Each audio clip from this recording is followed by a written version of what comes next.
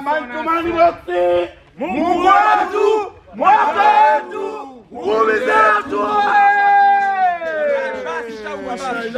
Yes, bana, mambo vipi Tanzania? Mambo vipi mwana michezo? Mambo vipi mwana familia? Ni yako TV, karibu sana tuweze kuzungumza mengi zaidi ya kimichezo.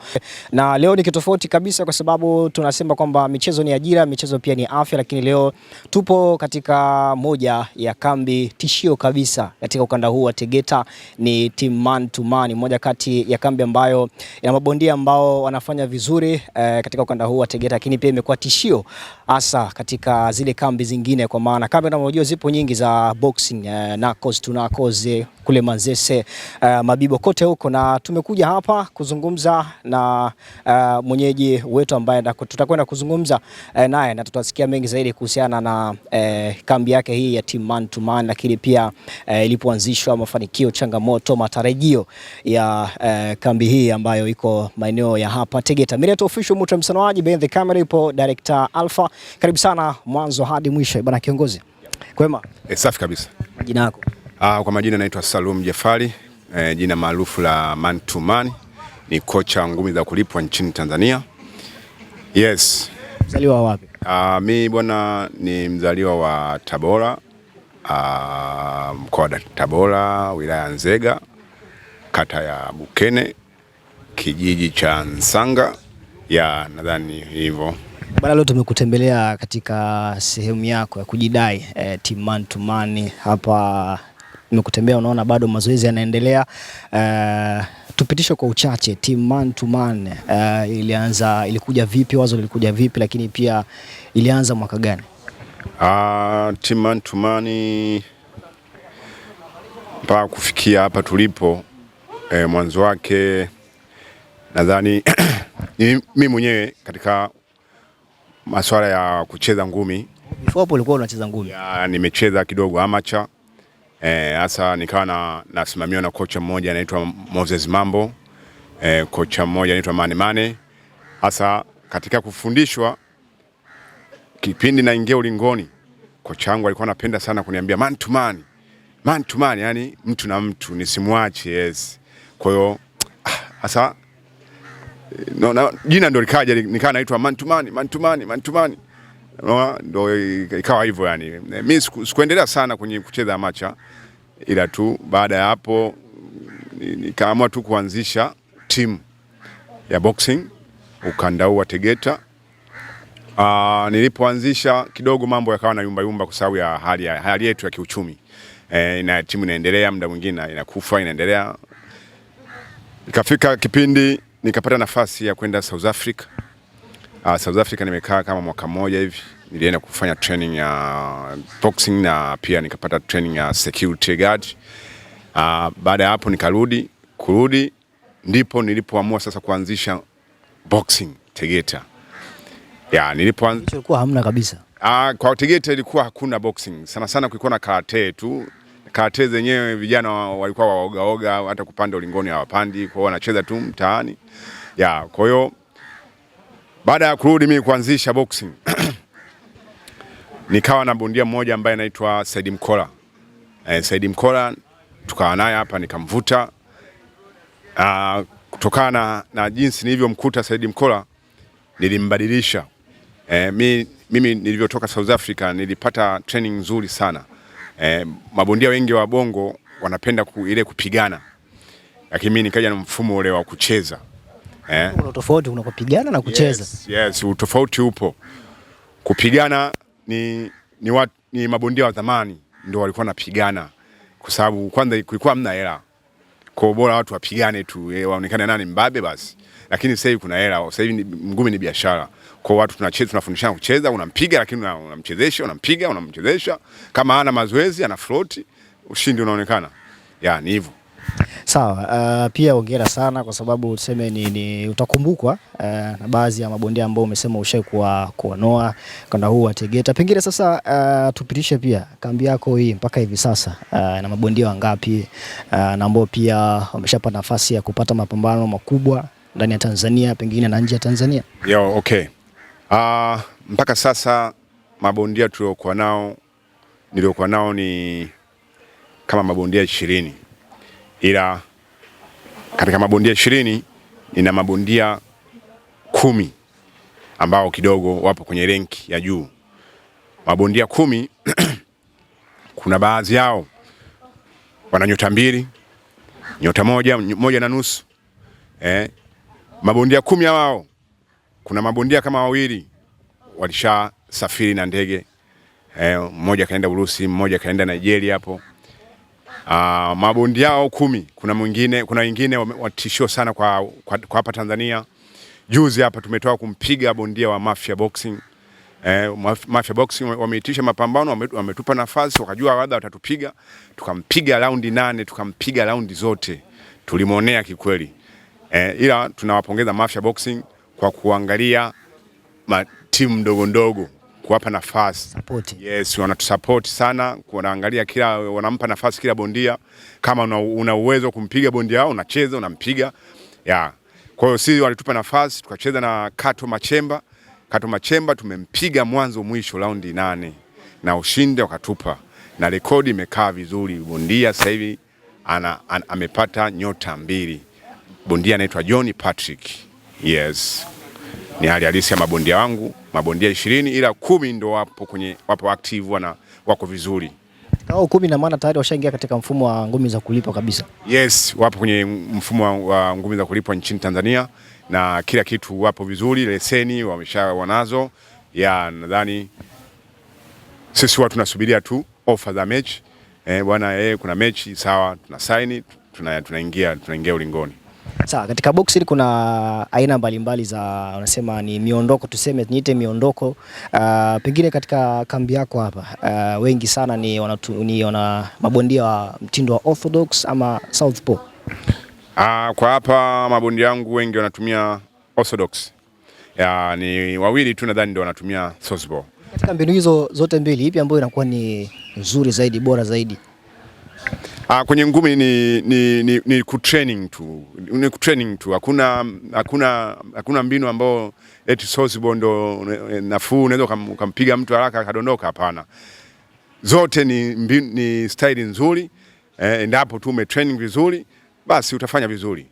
Yes. Baada hapo sasa pengine sasa unasema katika kazi au biashara kuna changamoto tokea umeanza mpaka hivi sasa, changamoto gani ambazo zinakabili man to man hii kambi yako? Changamoto ziko nyingi sana mtangazaji, changamoto ziko nyingi. Kwanza changamoto kubwa kabisa ambao nataka nizungumzie kwa leo kupata nafasi hii ni upande wa mabondia. Upande wa mabondia huwa wanakuwa kama wamevurugwa. Sawa, unampambania bondia afu mwisho wa siku anakukimbia. Hii mabondia nawaomba kabisa wajiangalie, kwa sababu hii ngumi ni kazi kama kazi zingine. Kwa hiyo kama kocha aliamua kuacha kazi zake akadili na wewe, afu mwisho wa siku inafika mahali unamkimbia, baada ya kuanza kupata chenji unamkimbia, unakuwa unafanya kosa kubwa sana, hata Mungu anakuona. Kwa hiyo hii natoa somo kwa mabondia kwamba endapo unafanya tabia hiyo, Mungu anakuona na hutaweza kufanikiwa katika ngumi, kwa sababu jasho la mtu alipotei hivi. Kwa hiyo mimi nawaonya mabondia wanaowakimbia makocha wasisubutu kuwakimbia makocha. Bora uwage vizuri ili unakuwa na ushirikiano na kocha ambaye amekuanzisha, sio kumkimbia ukajiona wewe usewa matawi ya juu, kwa hiyo kocha aliyekuanzisha hafai. Hilo ni kosa. Nadhani ni hivyo. Kwa upande pia wa vifaa, zote ni changamoto ambazo nimesema, changamoto ziko nyingi. Nimependa tu kuiongelea hiyo ya mabondia kwa sababu nigusa sana. Mabondia wengi sana ambao najitoa, mwisho wa siku wanapita kulia, wanapita kushoto. Na swala la vifaa hilo kwenyewe hapo sasa, hilo halina mjadala. Kweli changamoto kwenye vifaa ndio kila kitu. Kama unavyoona vifaa vyetu, kama unazoviona hizi hapa, padi zimeisha kabisa. Hatuna vifaa kabisa hapa, hamna kitu. Glavu ndo kama hivyo unavyoziona, glavu zimeisha. Kwa hiyo Mimi naomba tu wadau, wapo wengi sana wadau ambao wanajitoa sana katika kusaidia tasnia hii ya ngumi. Kwa naomba wadau wajitoe, waje watusaidie, kwa sababu ngumi ni moja ya ajira kwa vijana na inapunguza makundi ya vijana kuanza kuvuta sigara, bambangi, mara kukaa kupanga mbinu za kwenda kukaba, kuiba. Kwa bora muda huo wa kukaa kudiscuss masuala ya ovyo ni watu wanautumia sasa hivi kwenye mazoezi. Kwa hiyo yanakuwa yanawasaidia, akishatoka mazoezini kachoka, anaenda kuoga na kulala, masuala mengine yanakuwa hayapo. Kwa hiyo swala vifaa naomba nilikazie kabisa sana sana. Naomba diwani Olio utuangalie kwenye ukanda wako, si tupo vijana wako na tunafanya vizuri katika ukanda huu wa boxing. Kwa hiyo Olio ukiwa kama diwani wetu, tuangalie, tuko maeneo ya Tegeta, mtaa wa Pwani huu, naomba tuangalie kwa swala vifaa. Pia waziri wetu ambaye sasa amechaguliwa juzi, nadhani Makonda, Makonda nadhani ni mpenda michezo. Kwa hiyo nadhani kama ataiona hii interview hii, nadhani itamgusa na atatusaidia vifaa Makonda. Pia na wadau mbalimbali, wapo kina Msaki, wapo wengi. Kwa hiyo tunaomba upande wa vifaa, tunaomba mtusaidie kwa hali na mali ili tuweze kupush. Issue ni vifaa tu, hakuna lingine. Kumalizia, pengine mipango na mikakati kwa siku za mbeleni katika kambi yako ni ipi? Mipango yangu ni sana ni kujaribu kuwasaidia vijana, kwa sababu kuna baadhi ya vijana wana ndoto ya kucheza ngumi. Kwa hiyo sitaki kupotezea ndoto zao. Kwa hiyo nataka niwakamatie, niwashikilie ili tuweze kucheza ngumi za kimataifa, na ili tuweze kucheza ngumi za kimataifa, na pia ngumi inawapatia mabondia kipato cha kujitosheleza katika familia. Kwa hiyo ni moja ya mshikamano na kuweza kucheza ngumi za kimataifa, nadhani itatusaidia. Yes. Wale wengine pengine ambao wako katika umesema maeneo haya Tegeta, Pwani, pengine sio ngumi tu mnafundisha, pengine hata mazoezi ya mengine, kukata weight nini yanaruhusiwa hapa? Tupo hapa team man to man, tupo hapa kwa option mbalimbali. Endapo mtu yote ambaye anahitaji kuja kufanya mazoezi hapa ni ruksa, kwa sababu hapa tuna mazoezi ya kila design, kila aina. Upande wa boxing tuko vizuri, upande wa fitness tuko vizuri. Endapo unahitaji kupata 6 pack chapu tu ndani ya wiki 2-3, 6 pack iko vizuri. Endapo we mama una minyama unataka iondoke, unakaribishwa, njoo, utapata training nzuri, minyama yote itaisha. Kwa nadhani sisi tupo vizuri, tukiwa pamoja na kocha wangu hapa, kocha mwenzangu msaidizi. Nimeona bwana, nataka majina yako bwana kiongozi. Kwa jina mimi naitwa Ramadhani. Mimi ni tuseme kama ni mgeni mwenyeji hapa. Ni mgeni mwenyeji. Gani hapa? Ninakuja ni mara moja kushirikiana na kocha hapa. Pia unajua ninaendelea kujifunza na mimi nije kuwa mkufunzi zaidi. Kwa lazima niwe nafika hapa kwa mwalimu. Pia nakuja kuchukua ujuzi kwake. Ndio hivyo, kama alivyoongelea mengi amemaliza. Cha umuhimu zaidi ni wawekezaji, kwa sababu hii ni ajira kwa vijana. Kwa wawekezaji watakapokuwepo ndipo tutakapokuwa sisi tunaweza kusonga mbele. Ni hicho tu. Kumalizia, coach, nataka unajua ngumi sasa hivi sio Tanzania tu, duniani kote ni kama kazi zingine, na tumeona mafanikio pia kwa mabondia wengine. Tanzania hapa pia tuna mabondia ambao wanafanya vizuri, wanakilisha nchi ya Tanzania. Nataka unitajie mabondia wako at least kama 5 au 4, the best kabisa ambao unawafuatilia na unawakubali zaidi. Bwana, swali gumu hapo kidogo umenipa mtihani, ila wapo. Niseme tu bondia wa kwanza ambaye namkubali sana kwa kila kitu ni Ibra Class. Huyo bondia bwana ni mfano kwa mabondia wengine, kwa sababu nidhamu ipo nzuri, utulivu, na kwenye ndani ya ulingo ametulia vizuri, nadhani wewe mwenyewe mtangazaji unamuona Ibra Class, yes, yuko vizuri. Na maana ana pambano siku za hivi karibuni. Yes. Kwa hiyo ni miongoni mwa bondia ambao mimi nawakubali sana. Wengine wapo wengi kina Juma Choki. Hao ndio watu wa mfano kwa sababu hawana masiara ukiwa ulingoni. Kina Juma Choki, kina Nasibu Ramadhani, bila kumsahau bondia wetu Mtanzania ambaye amesaidia sana kuitangaza ngumi duniani, Hassan Mwakinyo. Huyo bwana hana kipingamizi, tumpe tu sifa zake. Anasaidia sana, amesaidia sana kuitangaza ngumi duniani. Sisi wa Tanzania mpaka sasa tunajulikana kwa sababu kupitia Hassan Mwakinyo. Na wengine wapo wengi kina Twaha Kiduku, ndio hivyo. Na ni baadhi ya hao mabondia bila kuweka upendeleo. Na upande wa kina dada wapo kina Sara Alex, wanajitoa sana kina dada. Kwa hiyo kina Stumai wako vizuri, wanajaribu sana kuiwakilisha nchi yetu ya Tanzania kwa upande wa boxing. Yes. Kumalizia kwa Watanzania wapenda boxing na wakazi wa Tegeta. Mimi naomba wadau zaidi, sana wadau, naomba watuangalie sana sisi team man to man boxing, watufuatilie. Sisi tupo maeneo ya Tegeta na Manga, hii barabara ya kushuka chini, kama unaenda Kondo, kama unaenda Bali Beach, sisi ndio tunapatikana hapa. Kwa naomba watufuatilie sana. Pia kama mtu yote na kijana wake anahitaji kujifunza ngumi, amlete, kwa sababu ngumi sasa hivi ni ajira, so uhuni. Ngumi ni ajira.